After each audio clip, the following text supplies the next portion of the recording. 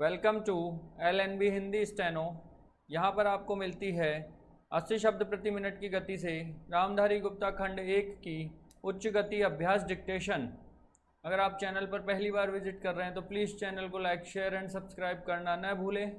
अगर आप इस श्रृंखला के पहली डिक्टेशन से अपना सफ़र शुरू करना चाह रहे हैं तो ऊपर दिए गए आई बटन पर क्लिक करें। तो चलिए शुरू करते हैं उच्च गति अभ्यास की प्रतिलेखन संख्या 47 और 48 की हिंदी डिक्टेशन। डिक्टेशन शुरू होगी कुछ सेकंड बाद। स्टार्ट।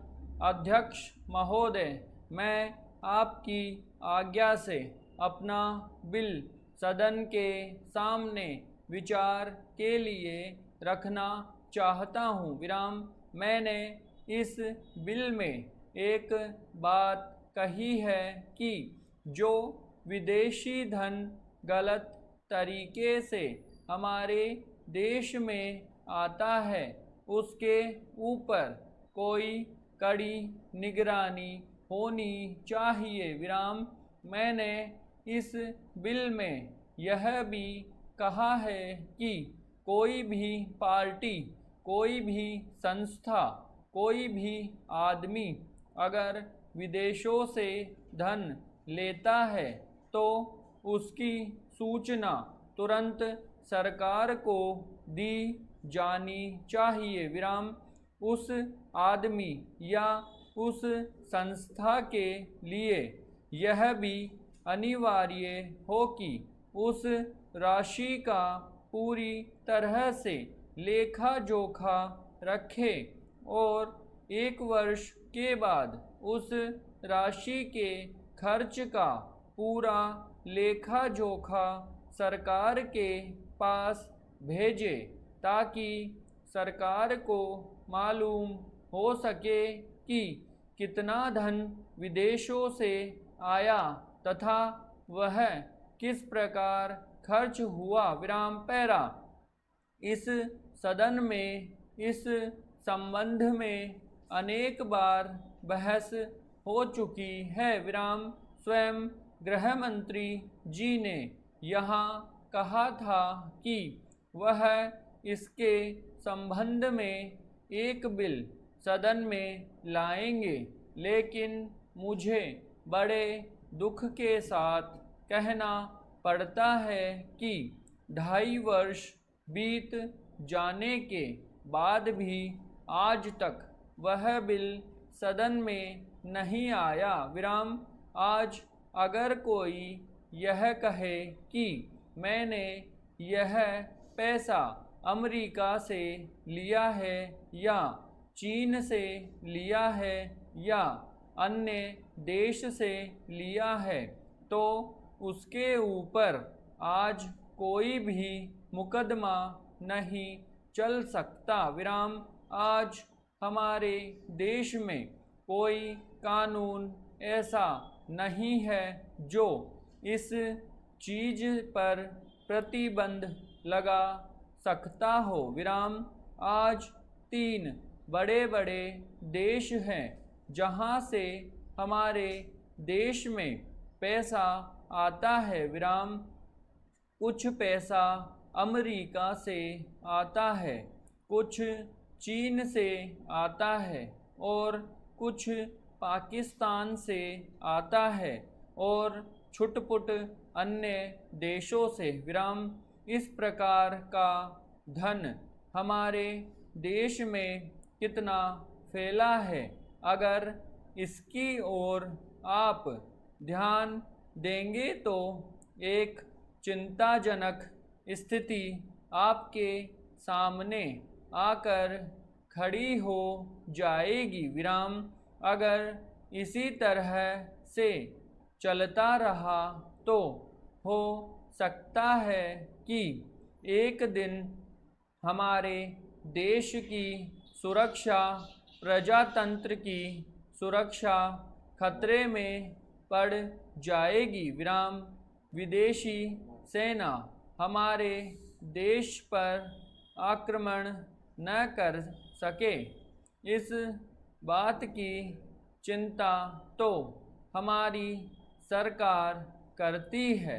लेकिन विदेशी धन की कोई चिंता यह सरकार नहीं कर रही है। विराम आज चाहे राजनीतिक क्षेत्र हो, सामाजिक क्षेत्र हो, शिक्षा का क्षेत्र हो, चारों तरफ विदेशी धन के जरिए बाहर के लोग हमारा गला घोटने के लिए तैयार बैठे हैं। विराम आप बड़े बड़े शहरों में जाएं तो पता चलेगा। विराम पैरा अध्यक्ष महोदय, पैसा देकर लोगों को जासूस बनाया जा रहा है। विराम सीमा क्षेत्र में जाएं या पिछड़े क्षेत्रों में जाएं, चारों तरफ विदेशी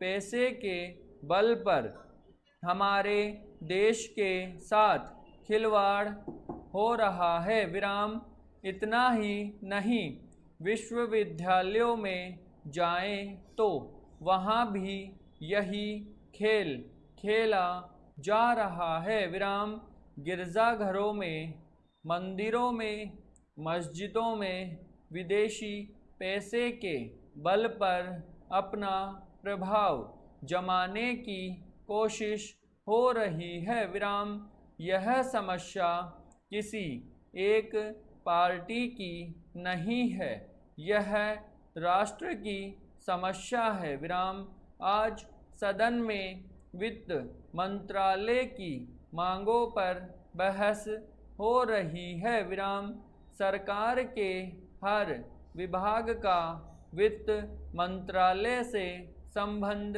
होता है। विराम देश में जो प्रगति हुई है और हो रही है उसकी काफ़ी चर्चा हुई है। विराम जो प्रगति हुई है वह चारों ओर दिखाई पड़ रही है। विराम कम से कम रेल विभाग में तो काफ़ी प्रगति दिखाई पड़ रही है। विराम रेलों में अब भीड़ कम होती है, बिजली का भी काफ़ी विकास हुआ है। विराम लेकिन देहातों की तरफ हमारा जो दृष्टिकोण है उसको देखकर कुछ कष्ट होता है। विराम अभी जो जनगणना हुई है उसको देखने से